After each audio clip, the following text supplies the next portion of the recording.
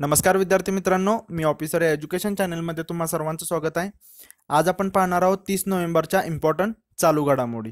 Okay, तर ज्यांनी कोणी चॅनलला सबस्क्राईब केलेलं नाही त्यांनी खाली सबस्क्राईब नावाचं बटन आहे, त्या बटनवरती क्लिक करा। त्यानंतर तुम्हाला एक बेल आयकॉन येईल, त्या बेल आयकॉनवरती सुद्धा क्लिक करा, जेणेकरून नवीन व्हिडिओ अपलोड केला की तुम्हाला त्याचं नोटिफिकेशन येईल। ओके, आणि जर तुम्हाला हे लेक्चर आवडलं, तुम्हाला हे लेक्चर युजफुल वाटलं तर लाईक करायला विसरू नका। ओके, चला सुरुवात करूया आपण आता कालच्या क्वेश्चन पासून।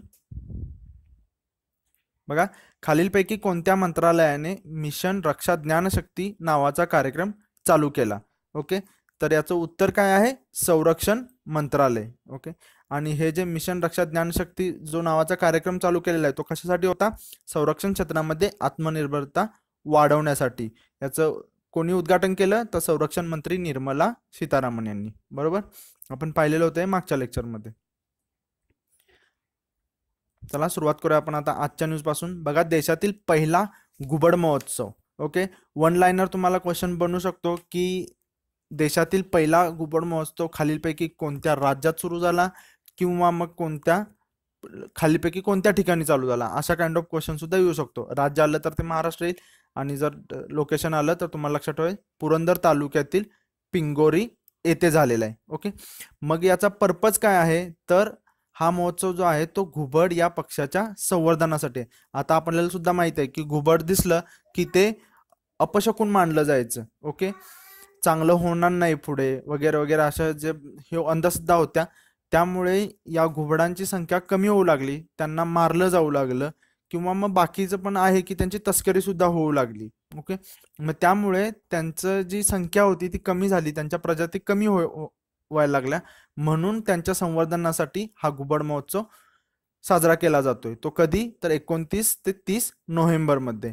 आणि इथे दिल्लीच आहे बघा, त्यांच्या कत्तलीमुळे घुबडांच्या 262 प्रजातींपैकी फक्त 75 प्रजाती आता सध्या आढळत आहेत। ओके, आणि हा जो कार्यक्रम आहे, ओके, घुबड महोत्सव जो आहे तो इला फाउंडेशन तर्फे आयोजित केला जात आहे। इला फाउंडेशनचे संस्थापक आहेत डॉक्टर सतीश पांडे। ओके, आणि लक्षात ठेवा की उलूक म्हणजे संस्कृत भाषेमध्ये घुबडाला उलूक असे म्हणतात। ओके, एवढं तुम्हाला याच्याविषयी माहित असणं गरजेचं आहे। ओके, बघू पुढची न्यूज। इस्रोचा एकाच वेळी 31 उपग्रहांचे प्रक्षेपण करण्याचा विक्रम। तर PSLV C43। ओके, तुम्हाला हे प्रक्षेपकाचं नाव सुद्धा लक्षात ठेवायचं आहे। तर PSLV C43 या प्रक्षेपकाचा वापर करून हे 31 जे उपग्रह आहेत त्यांचं लॉन्चिंग झालेलं आहे। ओके, PSLV ने केलेलं हे 45वे यशस्वी प्रक्षेपण आहे। ओके, हा आकडा सुद्धा तुम्हाला लक्षात ठेवायचा आहे। तर हे 45वे यशस्वी प्रक्षेपण आहे। ओके, आणि या प्रक्षेपणामध्ये भारताचा एक उपग्रह होता, त्याचं नाव आहे हायसिस। ओके, जो की अत्याधुनिक पृथ्वीचे निरीक्षण करणारा उपग्रह आहे। ओके, आणि जे बाकीचे जे 30 आहेत ते इतर 8 देशांचे आहेत, आणि या 30 पैकी 23 उपग्रह एकट्या अमेरिकेचे आहेत। ओके, आणि हा जो उपग्रह आहे तो हायपरस्पेक्ट्रल इमेजिंग उपग्रह आहे। ओके, आणि याचं जे वजन म्हणाल तर याचं वजन आहे 380 किलो। ओके, आणि हा 5 वर्षासाठी कार्य करणार आहे। ओके, आणि बघा, हायसिस हा प्राथमिक उपग्रह आहे जो की सूर्याच्या समकक्षेत फिरणार आहे। ओके, आणि याच्या माध्यमामुळे काय होणार आहे? पृथ्वीवर हालचाली, हवामानामधील बदल, ओके, पर्यावरण आहे यांचं व्यवस्थापन करणं सोपं जाणार आहे। ओके, एवढं तुम्हाला माहित पाहिजे याच्याविषयी की हा PSLV C43 मधून या प्रक्षेपकाद्वारे लॉन्च केलेला आहे। ओके, आपण मागेच एक न्यूज पाहिलेली होती इस्रो विषयी की GSAT-29 चे प्रक्षेपण केलेलं होतं। बरोबर, GSAT। ओके, GSAT-29 चे प्रक्षेपण, या उपग्रहाचे प्रक्षेपण झालेलं होतं। ओके, हा PSLV म्हणजे पोलर सॅटेलाइट लॉन्च व्हेइकल, आणि हे जे GSAT-29 चे झालेलं होतं ते GSLV MK3D2। बरोबर, GSLV MK3D2। बरोबर, या प्रक्षेपकाद्वारे झालेलं होतं की जो की दळणवळण उपग्रह आहे, आंध्र प्रदेशमध्ये श्रीहरिकोटा येथून झालेलं होतं त्याचं, आणि हे आंध्र प्रदेशच्या श्रीहरिकोटावरून झालेलं 67वे प्रक्षेपण होतं। बरोबर, हे आपण टोटल पाहिलेलं होतं 3423 किलो वजनाचा उपग्रह होता, बरोबर. आणि जीसॅट 29 हा भारताचा 33वा दळणवळण उपग्रह होता. आता इस्रो आलेला आहे, तर इस्रो विषयी सुद्धा थोडक्यात रिव्हिजन झाली पाहिजे. तर इस्रो 1969 15 ऑगस्ट 1969 त्याची स्थापना झालेली, बरोबर. आणि इस्रो फेमस कशासाठी आहे की एकाच वेळी सर्वात जास्त उपग्रह लॉन्च करण्यामध्ये, अवकाशात सोडण्यामध्ये. तर ते किती होते? 104. कधी सोडलेले होते? तर 2017ला, फेब्रुवारी 2017 मध्ये हे सोडलेले होते, बरोबर.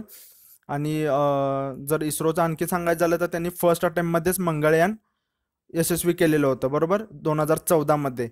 परत चांद्रयान सुद्धा केलेलं होतं 2008 मध्ये, की जो चांद्रयान मोहीम करणारा जगातला चौथा देश आपला भारत बनलेला होता. इस्रोचा पहिला उपग्रह सुद्धा लक्षात ठेवा, जो की आर्यभट्ट होता. पहिला उपग्रह आर्यभट्ट, मी त्यावेळेला पण सांगितलेलं हे आर्यभट्ट होता, पण तो सोव्हिएत रशियाच्या लॉन्चिंग व्हेकलमधून प्रक्षेपित केला गेला होता, बरोबर. आणि मग 1975ला मग दुसरा केला गेला आपल्या स्वतःच्या ह्याच्यामधून, बरोबर, ज्याचं नाव होतं रोहिणी. एवढ्या गोष्टी तुम्हाला इस्रो विषयी आणि आता लॉन्च झालेल्या PSLV C43 मधून गेलेल्या GSLV MK3D2 मधून गेलेल्या, ओके. आणि सॉरी, आणि मग ते कोणते सॅटेलाइट होते हे सुद्धा तुम्हाला माहित पाहिजे. एवढ्या गोष्टी तुम्हाला या टॉपिक वरती माहित असणं गरजेचं आहे. बघू पुढची न्यूज. तर मित्रांनो, तुम्हाला आपलं लेक्चर युजफुल वाटत असेल तर लाईक करायला विसरू नका, ओके. तर बघा, नेक्स्ट आहे अरविंद सक्सेना यांची UPSCचे अध्यक्ष म्हणून नेमणूक झालेली आहे. आता UPSC इथं आलेलं आहे, तर UPSC संघ लोकसेवा आयोग, बरोबर. कलम किती आहे हे सुद्धा तुम्हाला माहित पाहिजे. अशाच पद्धतीने रिव्हिजन करा. जर तुम्हाला पॉलिटीमध्ये जर UPSC वरती क्वेश्चन आला तर तो असा सडनली विचारलेला गेलेला नसणार आहे, तो अशा न्यूजमुळेच विचारला गेलेला असणार आहे, बरोबर.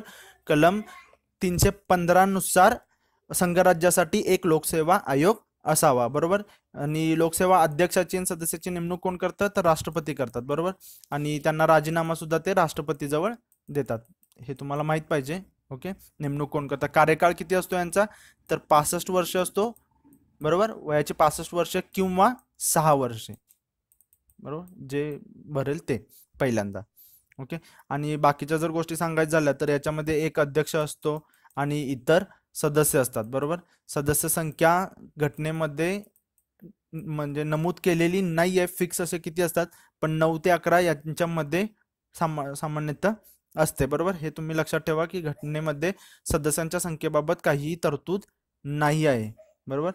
आणि पुढचं जर सांगायचं झालं तर मग सदस्यांची नेमणूक वगैरे, मग ते पुढचे कलम आहेत ते 316 320, ओके. तर हे पण तुम्ही रिव्हिजन करून घ्या याची सुद्धा, कारण याच्यावरती क्वेश्चन आला तर तुम्हाला त्याचं कार्य काय असतात, ओके.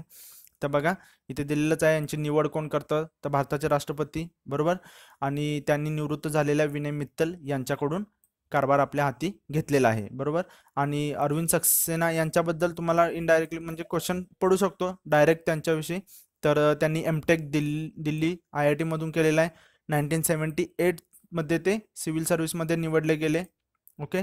त्यांनी त्यांच्या कारकिर्दीमध्ये जम्मू काश्मीर, पंजाब, हिमाचल प्रदेश तसेच वेगवेगळ्या देशांमध्ये सुद्धा कार्य केलेलं आहे. विशेष म्हणजे त्यांनी रॉ मध्ये सुद्धा काम केलेलं आहे 1988ला, ओके. तुम्हाला एवढं या टॉपिक विषयी माहित असणं, या न्यूज विषयी माहित असणं गरजेचं आहे. बघू पुढची न्यूज. हिमाचल प्रदेशमध्ये आपत्कालीन क्रमांक लॉन्च केलेला आहे, बरोबर. बघा, हिमाचल प्रदेश आपत्कालीन क्रमांक लॉन्च करणारे एकमेव म्हणजे पहिले राज्य ठरलेले आहे. त्यांचा आपत्कालीन नंबर काय आहे? 112. मग ह्या 112च्या अंडरच सगळे असणार आहेत, 100, 101, बरोबर. जो पोलीस असतो, अग्निशामक दल असतो, ओके, हे सगळे याच्यामध्येच समाविष्ट असणार आहे. बघा, या प्रकल्पाखाली शिमला येथील 12 जिल्हा कमांड सेंटर सह एक आपत्कालीन प्रतिसाद केंद्र स्थापन करण्यात आलेले आहे, ज्याच्यामध्ये संपूर्ण राज्य हे समाविष्ट केलेलं आहे, बरोबर. आणि जर त्वरित मदत मिळवायची असेल तर 112 क्रमांकावरती असणार आहे तो.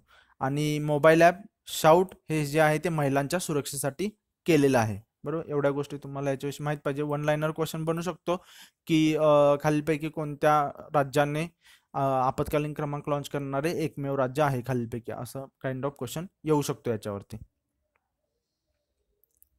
बघू पुढची. कोकण 18, ओके, युद्धाभ्यास आलेला आहे, इथं आपण बाकीच्या युद्धाभ्यासांचा सुद्धा सराव करू. ओके, तर बघा पहिल्यांदा हा युद्धाभ्यास काय आहे, सागरी युद्धाभ्यास आहे, भारत आणि ब्रिटन यांच्या नौदलामधील. ओके, तर हा कुठे झाला, हा झाला गोवा येथे. गोवा येथे हा आयोजित केलेला असतो. ओके, तर याची जी सुरुवात आहे ती 2004 पासून झालेली आहे. ओके, नौदलांसाठी समुद्र आणि बंदर यामध्ये इथे हा असा सराव केला जाणार आहे. ओके, आणि गेल्या काही वर्षांमध्ये तांत्रिक सहकार्य, द्विपक्षीय उपक्रम असे हे राबवले जात आहेत. तुम्हाला याचं ठिकाण लक्षात ठेवायचं आहे, बरोबर, आणि देश कोणकोणते आहेत तो. तुम्हाला युद्धाभ्यास आला की तुम्ही युद्धाभ्यास नाव आणि मग त्याचे देश कोणकोणते आहेत, ठिकाण कोणते आहेत, त्यांची आवृत्ती कोणती आहे, अशा काइंड ऑफ तुम्ही स्टार्ट कधी झाला असं तुम्ही एक चार्टच बनवा आणि तो चार्ट बघत जा, रिवाइज करत जा, म्हणजे तुमच्या गोष्टी सहज लक्षात राहतील. बरोबर, आपण पहिला कोणता पाहिलेला होता, ट्रायडन जंक्चर पाहिलेला होता. बरोबर, ट्रायडन जंक्चर जो होता तो नाटोच्या सदस्य देशांमध्ये झालेला होता. नाटोचे सदस्य देश किती आहेत, 29 प्लस 2 ऍड होते, कोणकोणते, फिनलंड अँड स्वीडन. हा कुठे झालेला होता, नॉर्वेच्या समुद्र किनाऱ्यावर झालेला होता. बरोबर, नाटोचा full form North Atlantic Treaty Organisation, ज्याची की स्थापना होती 1949. बरोबर, आणि हेडक्वार्टर होतं ब्रेसेल्स, बेल्जियम मधलं. बरोबर, त्यानंतर आपण पाहिलेला होता धर्मगार्डियन भारत आणि जपान मधला पहिला लष्करी सराव होता. बरोबर, कुठे होणार होता, मिझोरम. बरोबर, आता इथं मिझोरम आलं तर तुम्ही मिझोरमचे सुद्धा, म्हणजे जस्ट मिझोरम 23वा राज्य, 53वी घटना दुरुस्ती, बरोबर, 1986 ला झालेली. बरोबर, त्यानंतर आपण तिसरा पाहिलेला होता सिम्बेक्स. सिम्बेक्स नावामध्येच होतं, मी त्याच वेळेला सांगितलेलं तुम्हाला, सिंगापूर आणि इंडिया. बरोबर, आणि याचा विशेष काय सांगितलेला, हा 25वा आहे.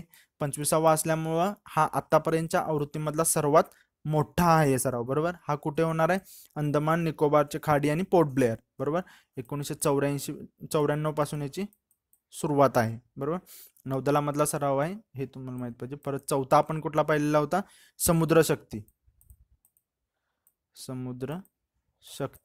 समुद्र शक्ती कोणाकोणामध्ये होता, हा इंडिया आणि इंडोनेशिया. बरोबर, इंडोनेशिया आलेला आहे, तर इंडोनेशियाचं पण तुम्हाला माहित पाहिजे की इंडोनेशियाची राजधानी कुठली, जकार्ता इथे काय, एशियनचं हेडक्वार्टर आहे. बरोबर, एशियन, आणि एशियनची आत्ता 33वी परिषद जी झाली, बरोबर, ती कुठे झाली, सिंगापूरला. बरोबर, असं तुम्ही कोरिलेट करत गेलं पाहिजे. एक आलं की त्याच्या रिलेटेड काय, म्हणजे तुम्हाला पूर्ण लिंक होऊन सगळं क्लिअर होऊ शकतं. बरोबर, त्यानंतर आपण पाहिलेला होता इंदिरा. बरोबर, भारत आणि रशिया यांच्यामधला लष्करी सराव. बरोबर, युपीच्या इथे झालेला होता. बरोबर, बाबीना इथे 10वं एडिशन होतं याचं. एवढ्या गोष्टी आपण ह्या पाहिलेल्या होत्या, तर तुम्हाला एवढ्या गोष्टी माहीत असणं गरजेचं आहे. युद्ध सरावाला जोड्या लावा येऊ शकतं, त्यामुळे एक युद्ध सराव आला की तुम्ही सगळे युद्ध सरावाची प्रॅक्टिस तिथेच झाली पाहिजे. बरोबर, चला पुढे बघू.